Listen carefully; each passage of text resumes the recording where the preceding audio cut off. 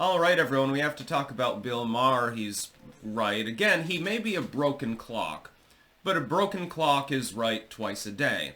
And he keeps trying to salvage what little credibility is left for the liberals, but he's incapable of doing so, basically. They just won't listen to him.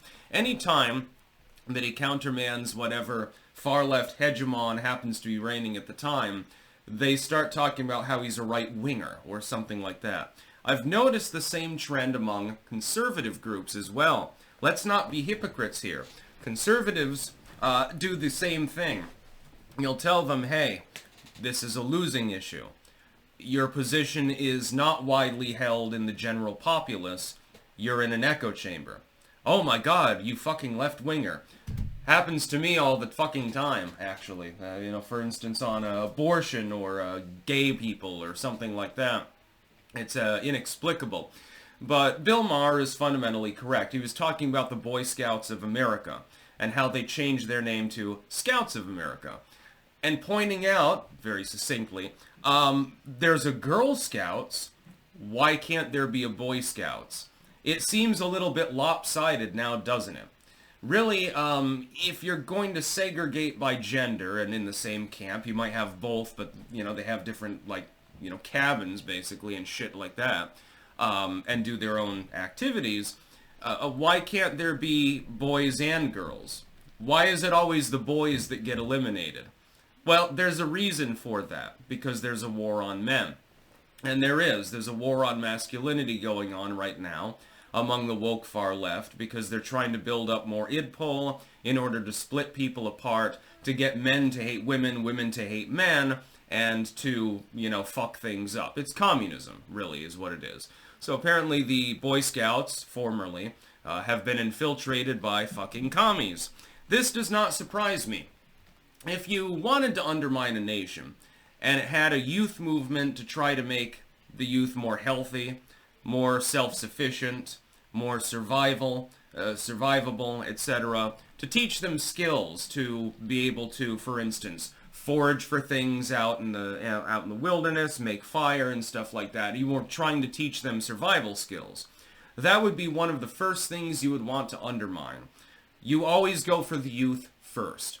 Liberals, by the way, have pointed out, my god, the right wing's coming for your kids. They're trying to cleanse the educational system. Yeah, there's a reason for that. And it's not just conservatives, by the way. Most of us are pissed off at what you've been doing.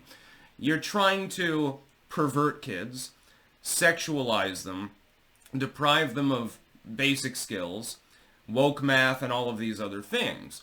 You're going for the jugular. You're going for the youth. That's the next generation. Those are the people that are going to be taking care of us old fogies in a few generations. No shit you're going after them. And no shit we're trying to cock-block you from doing so. You don't need to be far right to understand that the woke curriculum bullshit that has been employed at literally every level of from kindergarten up through high school, and certainly in college, is a problem. Of course it is. It's just that people just began recognizing it. Renaming the Boy Scouts, while not renaming the Girl Scouts, is a little bit different now, isn't it? It's very, very interesting. You're allowed to have a group of girls who go out and sell, Chinese-made cookies at this point. They don't bake them themselves anymore, although the Thin Mints are still admittedly fairly good. But you're not allowed to have a group of boys go out and do scouting and call themselves Boy Scouts. That's not allowed. They'll probably start eliminating the badges next. I'm being serious here, by the way. I'm not being hyperbolic.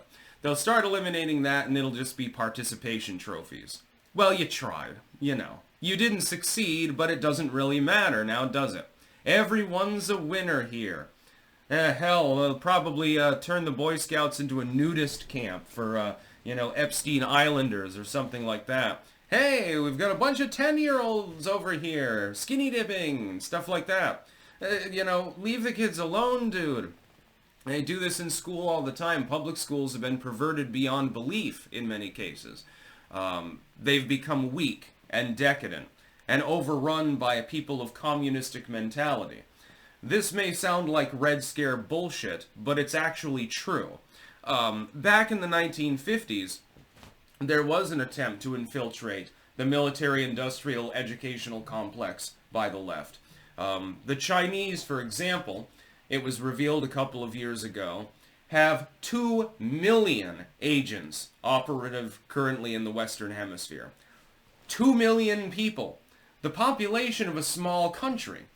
They are in industry, they are in science, they are in the schools, they are in politics, and adjacent to them, of course, you remember, the fucking, I think it was Feinstein's chauffeur was a Chinese agent. Thankfully, he never got his hands on anything significant to our knowledge. They're in the nuclear energy industry. Yeah, that's really great. That's wonderful to know that there might be a Chinese PSYOP agent working in a nuclear plant right now. It's certain, actually, that it's happening. What would you target? You target the youth, you target the infrastructure, and you target the power structure. And the financial structure, of course, banking and things like that. Those are the things that you target, because they're the most integral to a modern society. So you want to have your dude teaching the kids, because then you can teach them wrong. And it is wrong. And we need to stop mincing words and just acknowledge communism is wrong. It does not work. The facade communism of China only works economically because of a pale overlap of capitalism upon its centralized market system. But you have to toe the line. You have to agree with their authoritarianism, or you can make like Jack Ma and get disappeared temporarily.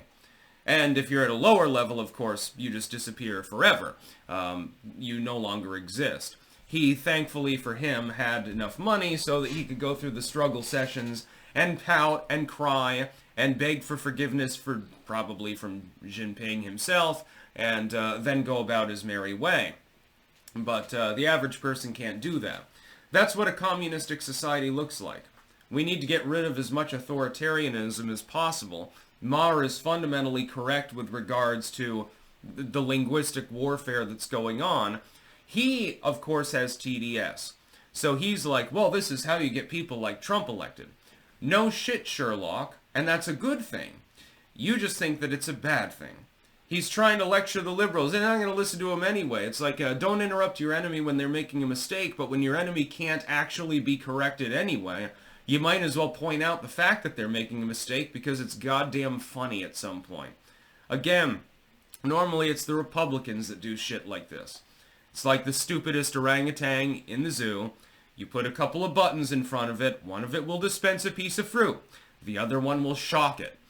And it keeps pressing the shock button over and over again, and you just sit there in awe at how fucking stupid the orangutan is, right? The Democrats are doing the same thing with IDPOL.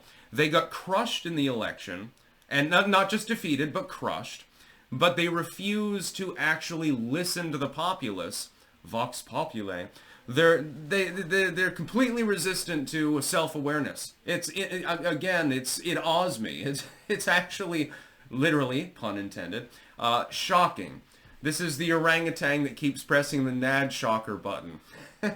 That's the Democratic Party of today. Maher is trying to correct them, but they're not going to listen to correction. It's not going to happen. They need a dark horse candidate, otherwise they're going to get crushed in 2028 as well, by the way. That's about all. Peace out.